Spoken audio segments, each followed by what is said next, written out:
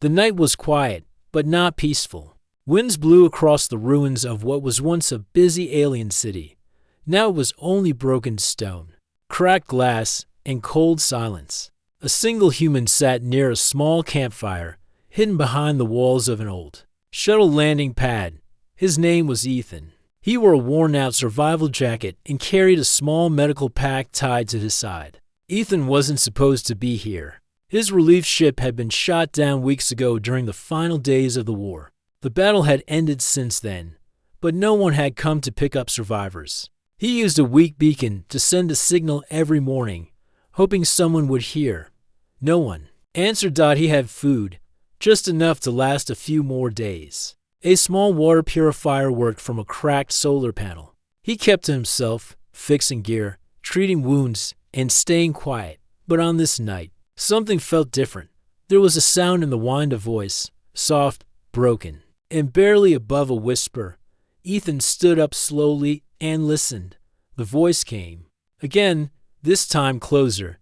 It wasn't speaking human language, but he had heard the alien tongue before. It sounded weak, desperate. He grabbed a light and stepped outside the shelter. The cold air stung his face. He moved through the rubble, following the voice. Then he saw her. An alien woman collapsed on the ground, her long arms wrapped around a small bundle. Her skin was a pale shade of blue, almost glowing in the moonlight. Her body was thin, too thin. She had golden eyes that were half closed from exhaustion. The child in her arms whimpered softly. Ethan rushed to her side and knelt down. "Hey," he said gently, "you okay?" The woman looked up at him, her eyes wide and filled with fear. She tried to speak in her language, but the words came out broken. She placed a hand on her chest, then on the baby, then motioned to her mouth and shook her head. Ethan understood. She was trying to feed the child, but couldn't. "You can't feed her," Ethan asked softly. She looked at him with tears in her eyes and gave a small nod. Then she did something unexpected. She reached out and grabbed his wrist. "Please," she whispered in broken English. "My milk, gone, child, hungry, please, help." Ethan's heart ached. He had seen pain during the war, injuries, death, loss, but this was something different. This was a mother trying to save her baby. He carefully helped her up and led her back to his shelter. Inside, the fire gave off a small warmth. He found a soft blanket and wrapped it around the woman and child. The baby cried weakly. Clearly hungry, Ethan dug through his supplies. He had emergency nutrient gel packets, mostly for humans. But maybe they could work. He filled a small tube and held it near the baby's mouth. The alien woman, watching with fear and hope, nodded. Ethan gently fed the gel to the baby. At first, the child hesitated but then accepted it, sucking on the tube. Slowly, the cries stopped. Tears rolled down the woman's cheeks. She looked at Ethan and tried to speak, but no words came. She just placed her hand on his and held it tightly. Hours passed. Ethan let them rest. He watched them both, feeling something strange in his chest. He didn't even know her name, but he already felt responsible. When the morning came, the woman sat up, holding the now sleeping child. She looked stronger than the night before. Her voice was still soft, but her words were clearer now. "Vela," she said, pointing to herself. "My name, Vela." Ethan nodded. "I'm Ethan." Vela looked at her baby. "Child, no name yet. Tradition, father must name. But he is gone." Ethan didn't ask what happened. He already knew. War had taken her mate, just like it had taken his team. For a moment, silence filled the room again. She spoke again. "I walked for 3 suns, followed beacon. Heard signal, thought maybe someone help. No one else." Ethan looked down. "Yeah, that signal's mine. No one answered it yet, but I'm glad it reached you." Vela gave a small smile. It was weak, but real. She held her baby close and whispered something in her own language. Ethan didn't understand it, but he could feel the meaning in her voice: comfort, love, hope. The next few days were spent in slow recovery. Vela began helping around the camp. She cleaned small tools, watched the purifier, and kept the fire going. She always stayed close to her child. Ethan made sure they both ate from the limited supplies. Sometimes they sat together without saying much. Ethan noticed how careful Vela was around him.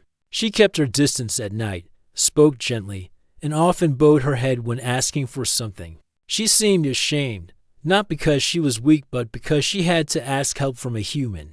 On the fourth night, Ethan sat by the fire, staring at the old beacon's blinking light. Vela joined him, her child asleep in a sling wrapped around her chest. "And my people," she said softly, asking help from another species. "Shameful. But I do not regret. You saved us." Ethan looked at her and shook his head. "It's not shameful. It's brave. You walked through war-torn lands with a baby in your arms. That's the strongest thing anyone could do." Vela was quiet for a moment. Then she looked up at him. "Why'd you help us?" Ethan smiled, but it was a sad one, "Because no one helped me when I needed it. I don't want that to happen again." Vela reached out and touched his hand gently. Her fingers were long, soft, and slightly cool to the touch. "You, kind human," she whispered. And for the first time since his crash, Ethan felt something warm in his chest, something like hope. The sun rose slowly over the broken colony, casting soft light over the ruins and the small shelter where Ethan, Vela, and the baby now lived. Inside, a quiet calm filled the air. The child slept in a small basket made from old fabric and insulation. Foam. Vela sat beside him, gently humming a lullaby in her native tongue. Ethan watched from across the room. He had grown used to her song, soft, almost like wind passing through leaves. It was peaceful, something rare in this place. He had spent the morning checking his supplies. The nutrient packs were running low. There were still a few days' worth of water, but the power cells for the purifier were getting weaker.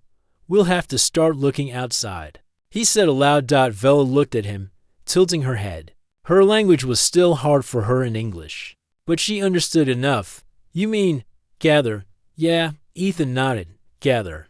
Maybe find old storehouses, medicine, food, anything." Vela hesitated. "I can come. You sure?" Ethan asked. She looked down at her hands. "I must help. I'm not weak." Ethan didn't argue. She had walked through a dead land with a starving child. He knew she was strong. "Okay," he said. "We leave after noon." They packed light. Ethan carried a scanner, a side tool for defense, in his backpack. Vela carried her child close to her chest, wrapped safely. They walked in silence through the ruined streets, the air heavy with dust and old smoke. After about an hour, they reached the remains of an old Zari supply center. The walls were mostly intact, though the roof had caved in on one side. Ethan held up the scanner. It showed signs of sealed crates beneath the rubble. "Might be something useful inside," he said.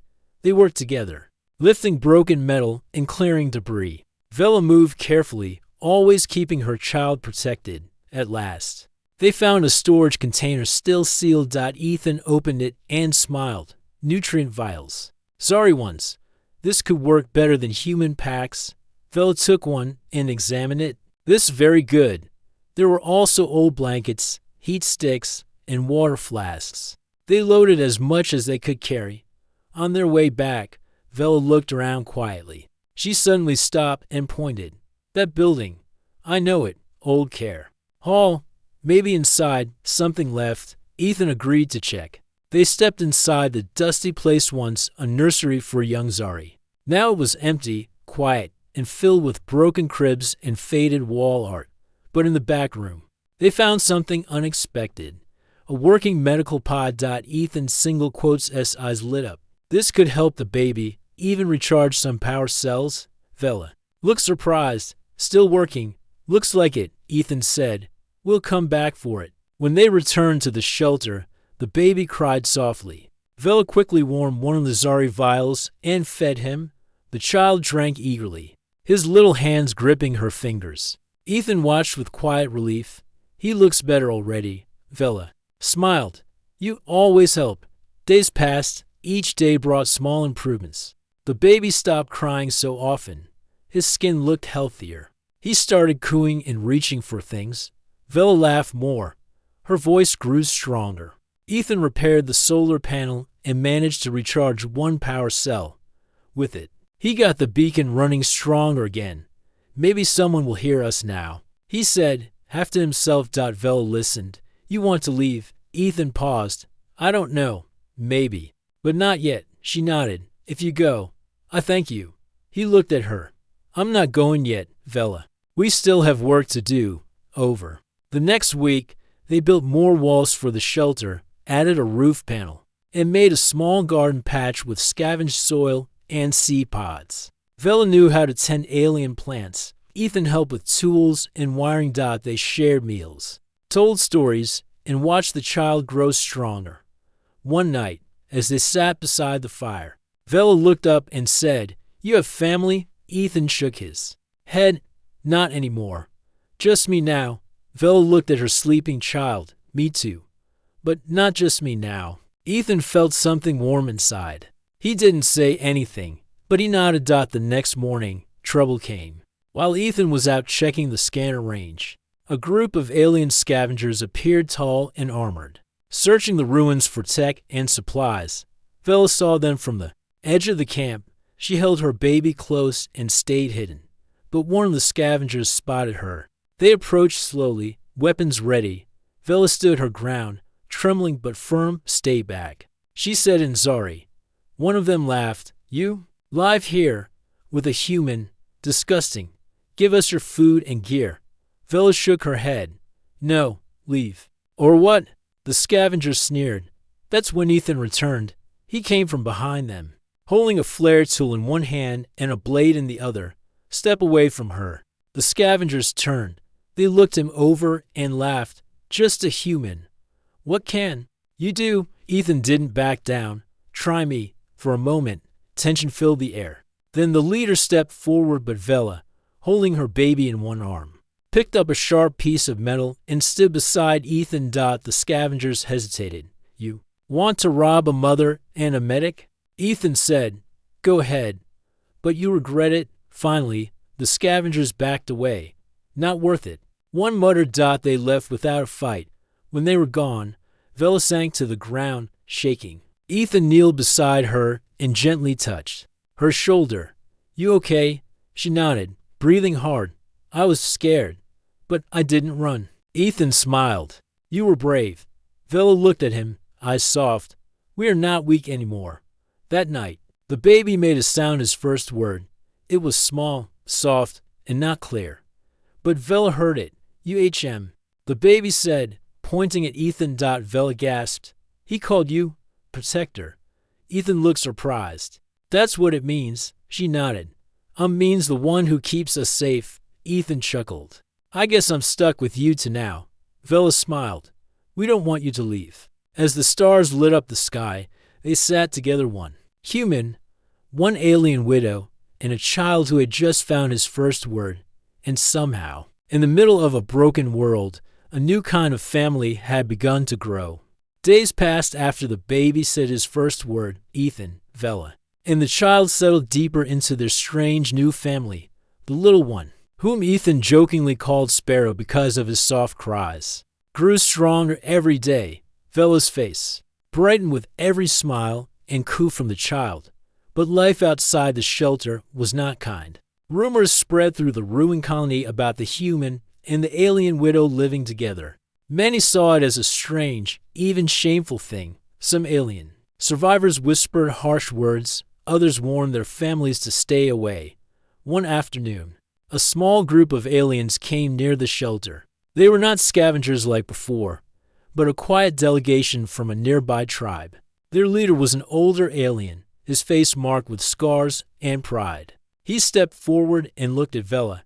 Your actions bring shame, he said in a cold voice. To join with a human, to feed your child with human rations, this is dishonor to our people. Vela stood tall, holding Sparrow tightly. My child lives because of the human. What is dishonor in that? The leader's eyes narrowed. Your people suffer because of your weakness. You bring trouble to us all. Ethan stepped forward. His voice was calm but firm. She is not weak. She is a mother doing what she must. Her child is alive. That should matter more than pride. The leader sneered. Humans are enemies. Your loyalty is misplaced. Vela's eyes flashed with anger. I choose loyalty to my child, not to blind hate. The others watched, some nodding quietly, others frowning. The leader growled and turned away. This is not over. The visitors left, but their words echoed in Vela's mind. She sat beside Ethan that night, worried and tired. They judge me, she said softly. Say I betray my people. I do not care. But it hurts. Ethan took her hand. People fear what they don't understand. You and Sparrow are different now. That's okay. Vela smiled weakly. You're right. We must be strong. In the days that followed, Ethan worked harder to protect their small home.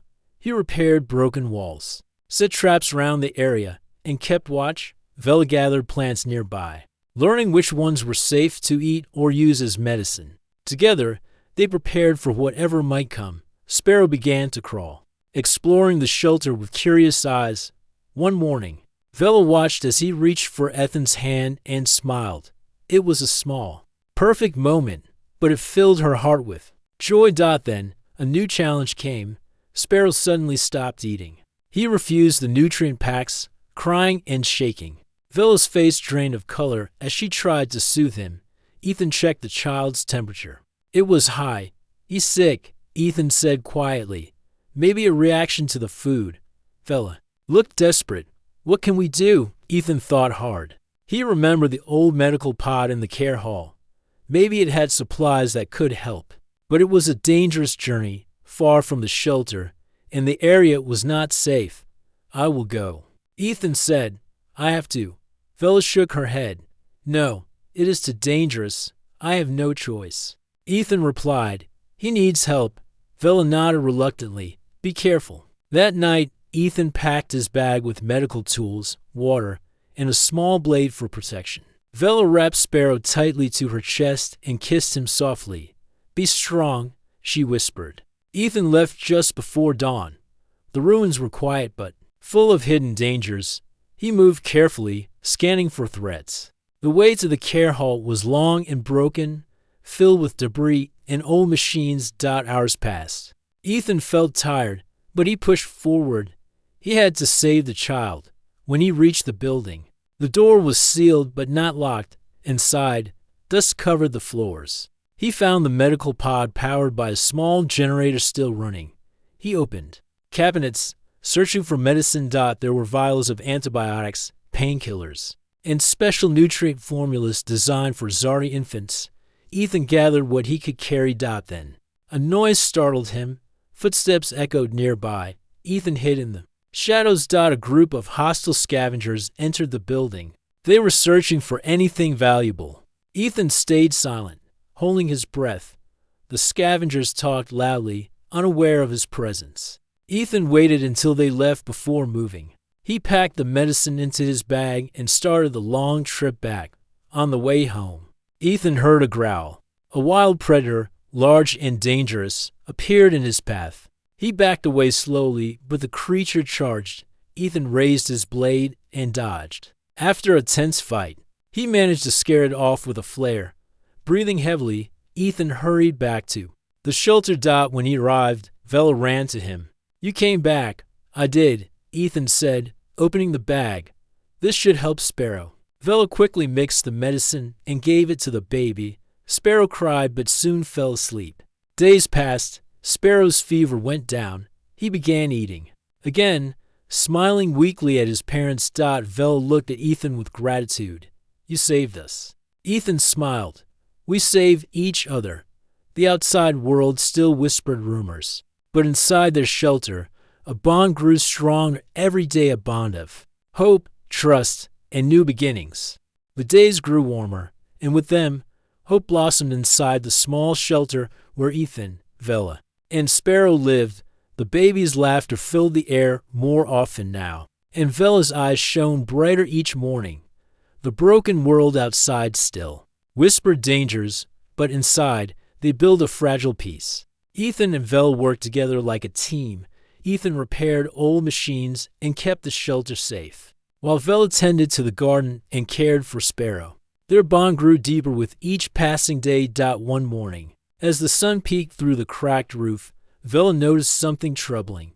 her body felt weaker. She was tired in a way she had never known before.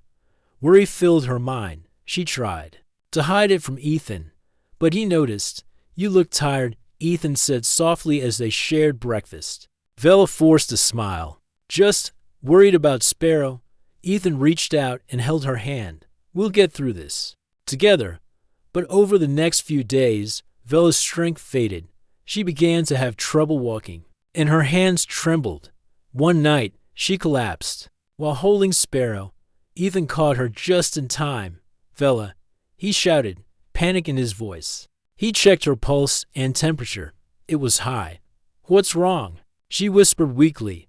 "I don't know," Ethan said, "but we need help." There was no doctor nearby, no hospital. Ethan looked at the old medical pod they had found months ago. It had helped Sparrow before. Maybe it could help Vela, too.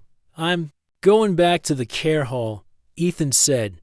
"There might be medicine." Vela shook her head weakly. "No, it is dangerous. I have to try." The next morning, Ethan set out again. This time, the journey felt heavier. He moved slower, his mind filled with worry. Vela stayed behind, holding Sparrow close, praying silently. At the care hall, Ethan searched the old cabinets. He found some medicine labeled for treating infections and weakness. It wasn't perfect, but it was all he could find. He packed the supplies and started the long trip home. On the way, danger waited. A band of raiders spotted him. They were ruthless, desperate for supplies. Ethan tried to hide, but they found him quickly. "Hand over your gear, human," their leader barked, pointing a weapon. Ethan raised his hands, but kept his grip on the blade hidden in his belt. "Please," Ethan said quietly, "I need this medicine to save a life." The leader sneered. "We don't care. Give it now, or face the consequences." Ethan took a deep breath. "I won't give it." The raiders laughed, one step forward, raising his weapon. In that moment, a loud roar echoed from behind the raiders. A large predator, a beast of the ruins, charged into the clearing. The raiders scattered, dropping their weapons, running for safety. Ethan watched as the predator chased them away, then disappeared into the shadows. He felt a mix of relief and fear. When Ethan returned to the shelter, Vela was lying weakly on a blanket. Sparrow sat beside her, touching her face gently. "I brought medicine," Ethan said. Kneeling beside her, Vela smiled faintly. "Thank you." He gave her the medicine carefully, helping her drink it. Days passed slowly. Vela's strength returned little by little. She smiled more, though the illness left marks on her face. One evening, as the stars twinkled above, Vela spoke softly. "I feared losing Sparrow again. And you?" Ethan took her hand. "You won't lose either of us. We are family." Vela looked at the baby sleeping between them. Family, strange word, but I like it. The next morning, a new visitor arrived. A young alien woman approached the shelter. Her eyes were curious but kind. She introduced herself as Lyra, from a nearby tribe. "I heard about you," Lyra said. "The human who helps the widow and her child." Vela tensed but stood tall. "We survived together." Lyra smiled. "I want to help my tribe. They fear change, but they also suffer. Maybe your story can teach them." Ethan nodded. "We need all the help we can get." Lyra stayed for days, helping with the garden, gathering food, and talking with Vela and Ethan. Slowly, more survivors from other tribes began to approach, curious and hopeful. Not everyone was friendly. Some still whispered and watched with suspicion. But the group grew. One afternoon, the old alien leader who had once scolded Vela returned. This time with more allies. "Your actions have consequences," he warned. "Joining with a human threatens our traditions." Vela faced him without fear. "My tradition is to protect my child." "What good is tradition if my child dies?" The leader looked at the growing group around her. Humans and aliens working side by side, survivors sharing food and medicine. He sighed. "Perhaps we have been too proud." Ethan stepped forward. "Pride should not stand in the way of life." The leader nodded slowly. "We will watch, but do not forget who you are." Vela smiled gently. "I will not forget, but I will choose who I become." As the sun set, a new hope rose over the ruined land. Families formed where there was once only loneliness, and the bond between Ethan, Vela, and Sparrow became a symbol, a promise that even in the darkest times, kindness and courage could change the world. The colony slowly changed. Once a place of silence and fear, it became a small beacon of hope. Ethan, Vela, and Sparrow were no longer alone. More aliens and humans joined them, forming a new community. Their lives were not easy, but they shared what they had and cared for each other. Sparrow grew quickly. His eyes shone with curiosity, and his laughter became the music of their home. Vela's strength returned fully, and her smile was brighter than ever. Ethan became a leader, not by choice but because people looked to him for guidance. One morning, as the group gathered to plan for the future, a message arrived from a distant human ship. It was a rescue signal. The news brought joy and fear. Some wanted to leave, to return to the safety of human space. Others feared what awaited outside the politics. The unknown. Ethan looked at Vela and Sparrow, feeling the weight of their new family. We have to decide. Ethan said, "This colony can be a home, or we can try to go back." Vela held Sparrow close. "This is where we grew strong, but I want my child to live safely." The group talked long into the night. They agreed to prepare for rescue, but to stay ready, to defend their home if needed. Days later, the human ship arrived, a large vessel with blinking lights and loud engines. Ethan helped coordinate the landing. The crew was surprised to find a mixed group of humans and aliens living peacefully. The captain greeted Ethan. "We've been searching for survivors for months." Ethan nodded. "We are survivors, but more than that, we are family." Vela stepped forward, her eyes meeting the captain's. "We survived because of kindness, not war." The captain smiled. "You've done well." Sparrow ran to Ethan, holding his hand tightly. "Father."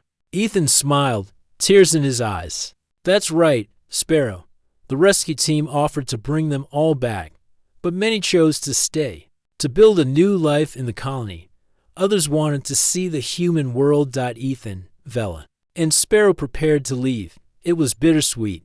The colony had been their prison and their refuge. Before they boarded the ship, Vela spoke softly. "Thank you, human. You saved my child. You saved me." Ethan looked at her.